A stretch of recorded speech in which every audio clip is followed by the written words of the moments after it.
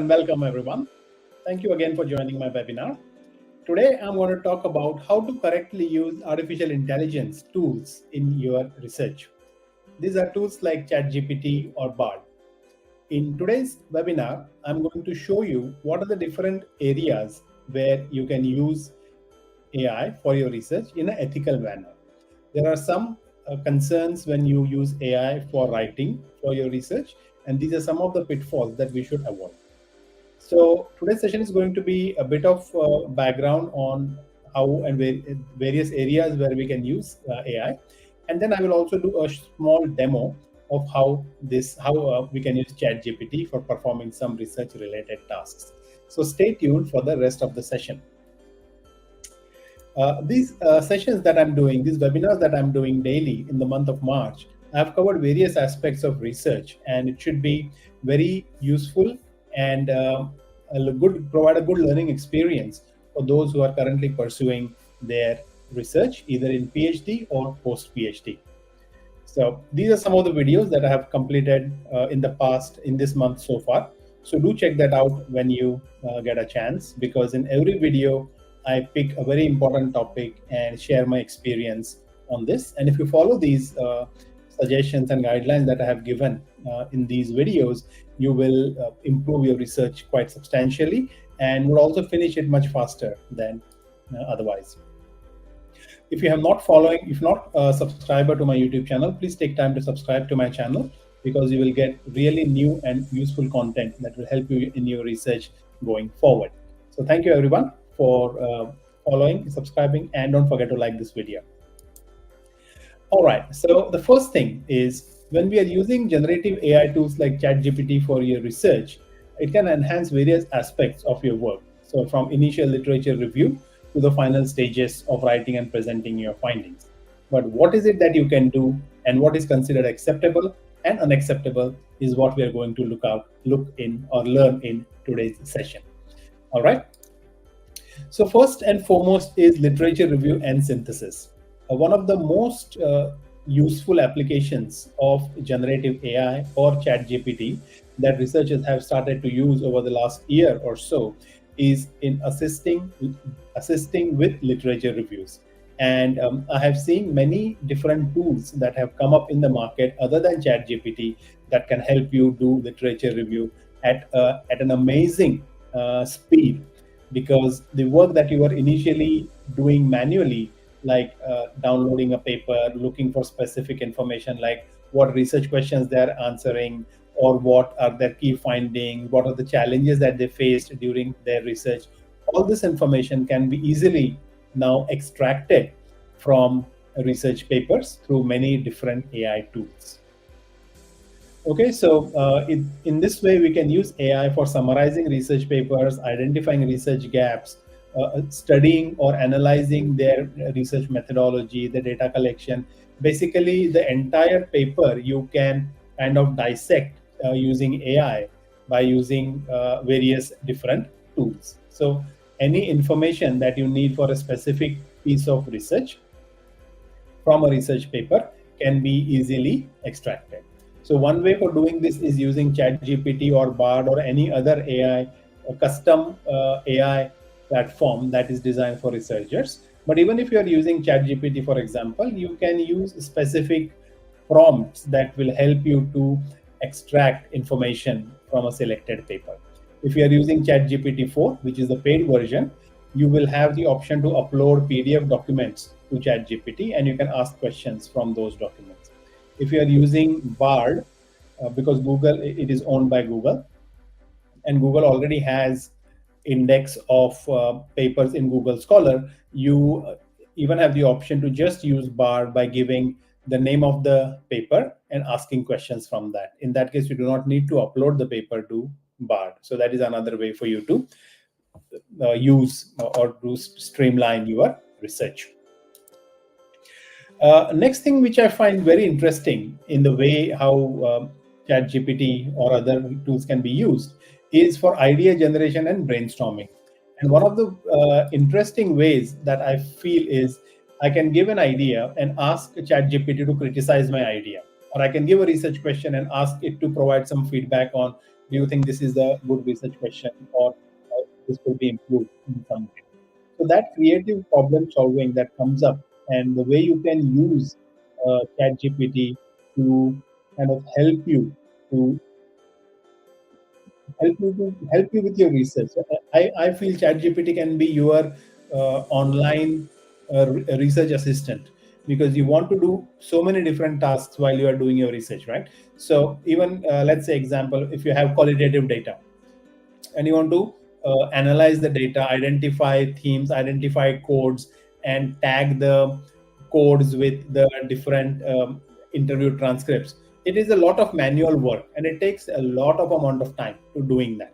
But this can be largely automated using ChatGPT or any other tools like this. And I will show you towards the end of this video the kind of prompts that I can use to do qualitative data analysis at amazingly fast speed. So do look out for the other part of the video. Next thing is research proposal and planning. Generative AI or ChatGPT can be used for structuring research proposals and getting some feedback on research questions. And this is one acceptable way, I would say, that you are not using ChatGPT to write the research proposal, but you are asking it that, okay, I want to do research on this and this topic. Could you give me a structure of how I should design my research proposal? Or you could say that uh, I want to do research in these areas. These are some of the research questions that I have in mind. Do you think these are appropriate, or could you recommend me some more research questions along this direction? So this kind of brainstorming and like an assistant with whom you can talk, whom you can chat and get some insights and useful responses are an acceptable way of using ChatGPT or AI in your research. Next thing is data analysis. I think this is the area where generative AI can really make a big difference and help you streamline your research results or research data analysis, especially qualitative data analysis or coding for qualitative data. This can be done like this. In a second, you will have, if you have your interview transcript, and you can say, find me the codes and find the themes and assign it to the interview transcript, and it will be done then and there. And I will show you today how you can do this. You can also use it for explaining statistical results, or even asking it to generate graphs or make tables from the codes that you have generated. Writing assistance. Now, this is where a lot of concern comes when with the use of generative AI, right? So you are ideally in at least in academic environment, you are supposed to, or you are expected to write your own text, right? You cannot get ChatGPT to write it for you. What is an acceptable use is to use it as a tool to generate ideas, give you a structure of your document. That is acceptable. But if you start saying that, write this for me, that is an area which so far is considered unacceptable in research and would be considered as plagiarism if you do it. So be very careful on what you can do in terms of writing. So I've got two examples here. Like, you can ask ChatGPT to say, give me a structure of my research paper. What are the different headings and subheadings I should have if my research topic is this? Or if I'm going to write a paper on this topic, give me the layout and the headings and the subheadings. That is acceptable use. But if you say, write me the introduction chapter, introduction section of my research paper, then that is really a big no. Yeah, don't even think of doing it, because if you are caught when you that if you submit a research paper to a journal and they identify and they figure out that you have used AI to write the paper, you will be blacklisted. So it is a big risk that you should not even think of taking, no matter what the situation. Okay, so just keep this thing in mind very much, that editors, reviewers are very picky about AI generated content. And if you have seen, even YouTube and Google now have brought in some policies where they will tag your content as being AI generated if it is generated using AI. So that distinction between human knowledge, human generated content versus AI generated content is going to become uh, even more problematic going into the future. So best way is to use AI tools for generating ideas or creating a structure for your document or brainstorming or getting feedback, but do not use it for writing. Yeah, that is a big no. You can use AI to improve your language skills, and this is again a very um, problematic topic. For example, you may have written your abstract for a research paper, okay. And now what you want to do is you want to put this abstract into chat gpt and say, can you fix the english, right? This should be considered as an acceptable use of AI. But the current opinion matters. Some people or some journals or researchers say, okay, this is acceptable, and some say no. So it is a risk at this stage. So what I suggest is one thing. What you can do is keep a complete record or complete history of the use of AI in your research. So if you're using ChatGPT, it always keeps a record of all the chats that you have done. So if you're writing abstract, so for example, you have written the abstract, right? You write the abstract and then say, then you want to fix the English. Then you create a new chat and maybe name it abstract. The title of the chat could be abstract. You copy this abstract and say, can you improve the English? Yeah, and just give very specific. Only make grammatical improvements to this content. Do not add any new additional knowledge. So be very clear what you want ChatGPT to do and what you do not want it to do. Okay, so be very clear, very specific of these things. Okay, so that way you are kind of have a safety net. If your paper goes to a review for a journal, you can say, I have two versions of the paper, which one would you like? This is the one that I have written completely and has not been and has been complete human generated content and our research. And this is a version 2 where we have used whatever is there in this paper and put it in ChatGPT to improve the quality of writing. But there is a big risk here as well. What is the risk? The risk is the moment you add any of the content that you have into ChatGPT, that knowledge becomes public knowledge. So if your paper is not reviewed and not published yet, and if you add this information already to ChatGPT, this can become public knowledge, and your results, your findings will go in the public knowledge without being published. So that is also one risk that you have to be aware of. Okay, so if you are going to add something, maybe the introduction part is okay, literature review is okay, but results, be very careful whether you want to add results or improve the results by using ChatGPT. So I would personally not do it, but I'm just cautioning you that this is a problem that you may face. Next is ethics and AI, and this is where I think a lot of things are probably concerning to academics, because they do not want their name to be associated with anything that is unacceptable. The researchers, the biggest problem, the challenge that academics have is when their research gets tagged as it is being plagiarized. So we do not want that at any cost. So you have to be very careful on this. Another thing is accuracy and verification.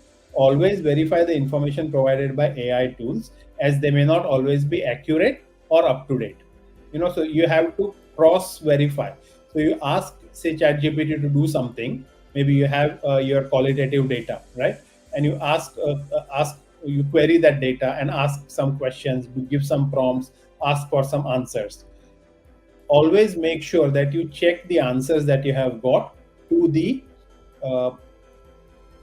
content that you have provided. What you can do, like I told earlier, be very specific in the prompts or the instructions that you give. You can say that this is the interview transcript. I want you to find the codes from this transcript and only use this transcript and do not use any other code from anywhere else. Yeah, so you have to be very clear, very specific on the prompts that you give. Okay, so keep that in mind. Verifying the information is very important. Plagiarism and originality.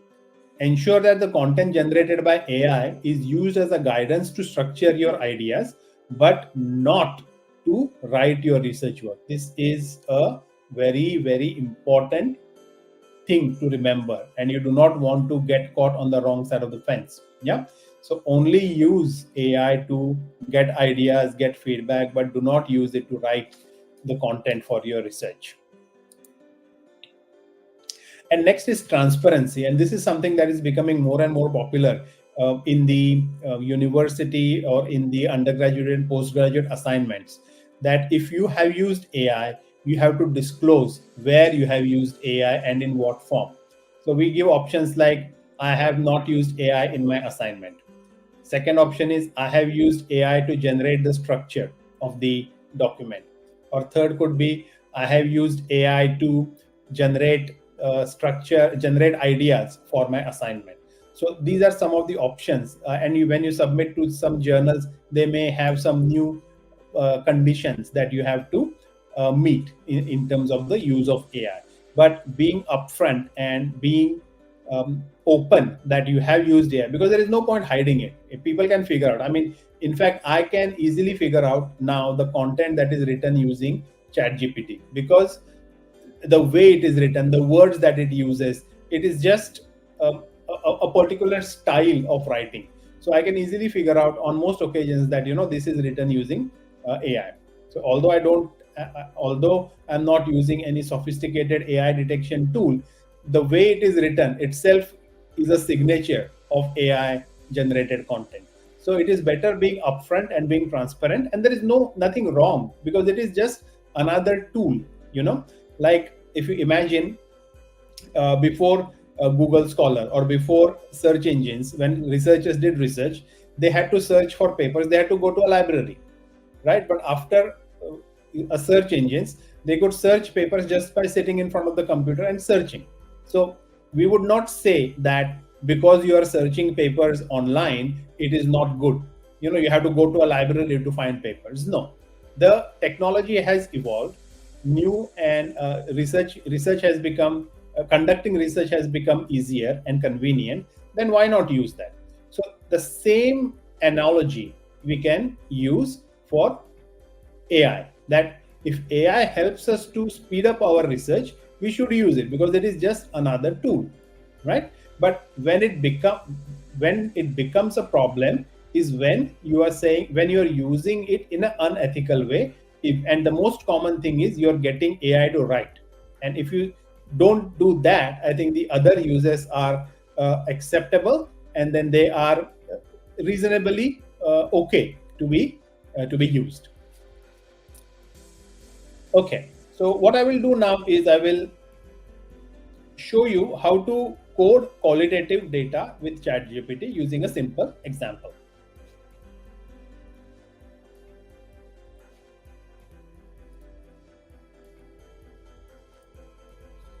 So this is where I have my ChatGPT open. So you can see I have got one prompt here. Give me a 100-word interview transcript for the following topic. So the reason I have this is because I do not have qualitative data that I can share right now. So I'm just asking ChatGPT to generate the transcript for me, which I can use it for analysis. Okay, so I've zoomed it a bit so it is easier to view. So generate a 1,000-word interview transcript on the following topics. I've given a topic as well here. So ChatGPT would now generate a interview transcript, a qualitative interview based upon this prompt.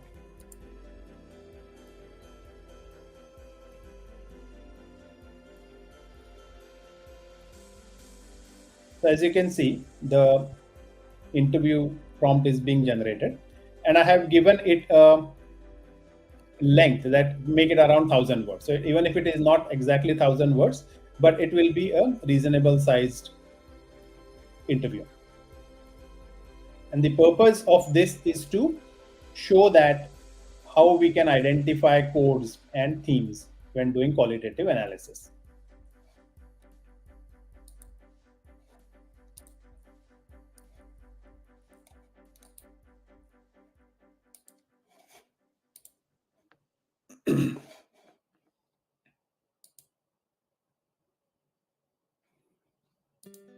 Okay, so you can see this is the interview, a hypothetical interview that is created using ChatGPT. And I should mention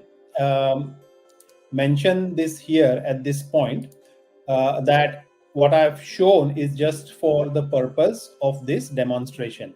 You should not use ChatGPT to create hypothetical interviews and then use it in your research. Okay, this is completely unethical, and you should not even not do that. All right, next thing I'm going to do, so this kind of interview is what you will get from your research, right? Now what we have to do is, let's say if I put this prompt, use this interview transcript to search themes, generate initial codes, and define and name the themes. Okay, so let's see what the results we get.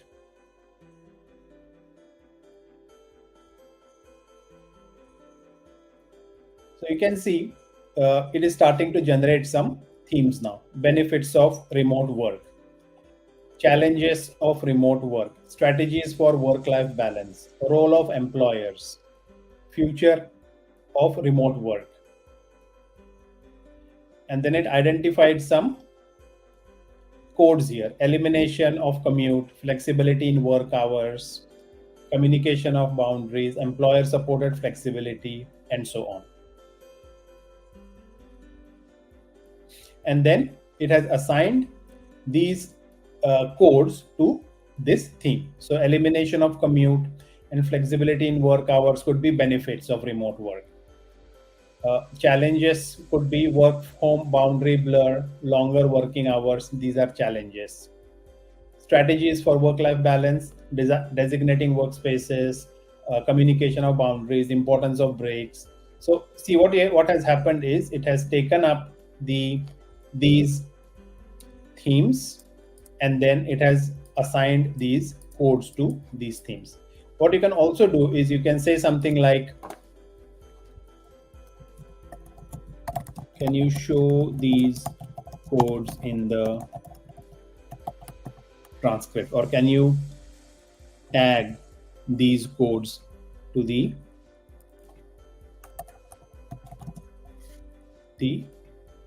interview transcript.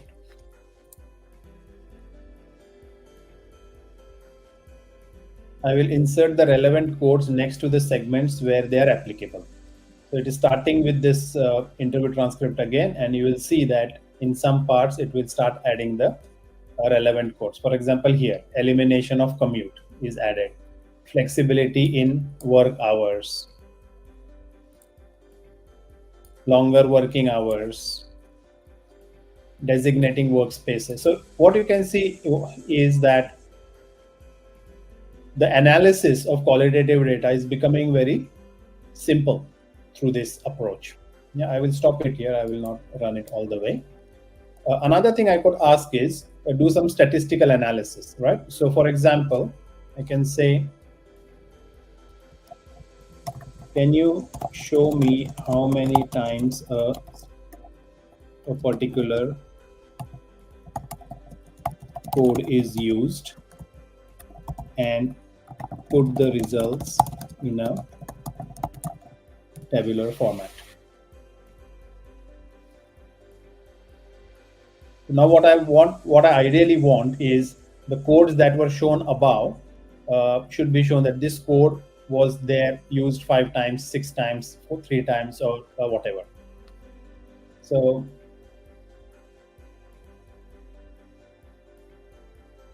okay, on this occasion, there is only one time this has been used, But if you have multiple interview transcripts and then you run uh, this kind of a prompt, it will give you a frequency count which is different, maybe 1, 3, 4, and so on. What you can also do is you can say, can you plot a graph based on this table?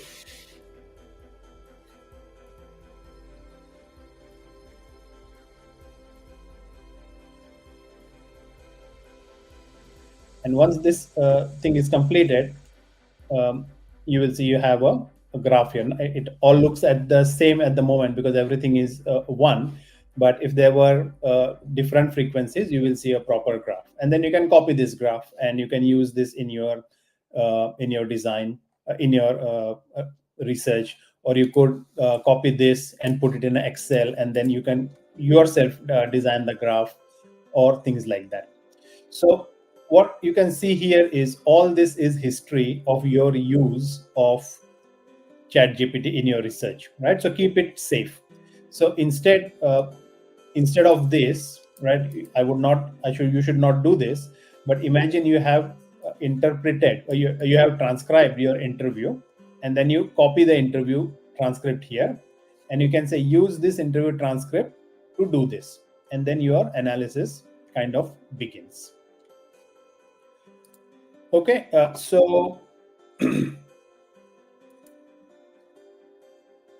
yeah, so that is the how you can very easily use ChatGPT for doing your